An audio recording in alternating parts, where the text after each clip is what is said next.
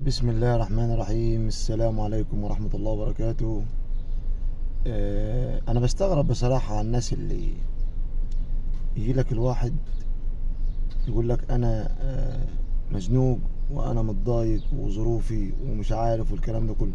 خلي بالكم أنا مش لما أتكلم عن نفسي، لا والله بتكلم عام، لأن في ناس كتير بتشكي لي من الموضوع ده. يجي الشخص للواحد يقول له انا ظروفي ومش عارف ابصريه وعلي قروض وعلي مش عارف ابصريه وهتحبس وي وي وي. الشخص اللي قدامه طبعا لما تاخده العاطفه ويروح مسلف الفلوس. بعد ما يسلف الفلوس يقول له مثلا 15 يوم شهر. الفلوس دي طبعا لما تقعد سنه واثنين وثلاثه، ولما يقعد يطالب صاحب الفلوس بحقه، الشخص قليل الادب اللي هو خد وفك زنقته، تمام، بيشتم ويغلط ويسب ويلعن ويعمل.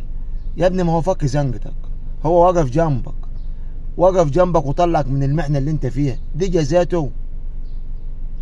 انت ما تعرفش اللحظة اللي بتعدي وفلوسه عندك ربنا سبحانه وتعالى بيديله بيها حسنات. تعرف كده ولا ما تعرفش؟ رجعوا الحقوق لاصحابها وخلوا عندكم دم. يعني انا مش فاهم، انا فكيت لك زنقتك او اديتك فلوس، ليه تقعد تذلني عشان اخد فلوسي تاني؟ تخلي الواحد، يعني انتوا بتخلوا الناس تندم ان هي ادت حد وسلفت حد، ولما حد يكون فعلا مزنوق ومحتاج ويلجأ للشخص ده مش هيديه ازاي تاني؟ ما هو الذل عشان ياخد فلوسه من واحد الله لا يبارك له ولا يسامح له.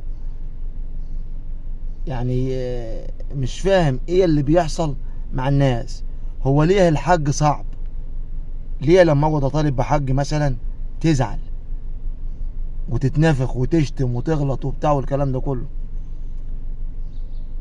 يعني انا مش فاهم، اقسم بالله العلي العظيم الموضوع ده فعلا مستفز جدا. ده دين عليك، دين. لو مت هتتجلبط جلبطه، مش هتعرف تنام ولا تعرف ترتاح في قبرك غير لما الدين ده يسد. الاحساس مات، الضمير مات. ايه ده؟ الواحد بيقابل اشكال غريبة الشكل، يعني سبحان الله تحس انه مش بني ادم. واحد فك زنقتك وادك فلوسه يا اخي، تعبه وشقاه وعرقه حاجته، وفك زنقتك وضيقتك، خلاص رجع له حقه. اخوته، مبقاش بارد، مبقاش ما عندكش دم، انت جبله. سبحان الله. يعني كلنا علينا فلوس، كلنا مديونين، كلنا متسلفين، مفيش حد مش متسلف، بس يكون في ادب واحترام واخلاق. مش لما الشخص يقعد يطلب بص ابن مش عارف ابصريه وابن مش عارف ابصريه وابن، الله. طب ما انت موعد وقلت له بعد 15 20 يوم. اقسم برب العزه انا ليا فلوس عند ناس ادي لها 7 سنين و6 سنين، والناس دي ما تبقى ماشيه عليا الطلاق. تحس ان هو، بص اقول لك ايه، مش الواحد مش عارف يوصف، جنرال ماشي على الارض وطوب الارض مداينه. فخلوه على الله وخلوا طابق مستور. يا ريت كل اللي عليه فلوس دين يسد الدين اللي عليه، عشان لو اتجلبطت ومت وغرت مش هترتاح في قبرك، مش هترتاح في نومتك، لان ده دين يا حبيبي عليك لازم تسده. اتقوا الله شويه في الناس في بعض عشان ربنا يرحمنا. الديون دي من اكبر الكوارث. حس شويه بالشخص اللي وقف جنبك في زنقتك وراعيه، وخليك كويس، وخليك ابن اصول وابن ناس. زي ما اداك بكل احترام وادب رجع له بكل احترام وادب وعليهم بوسه.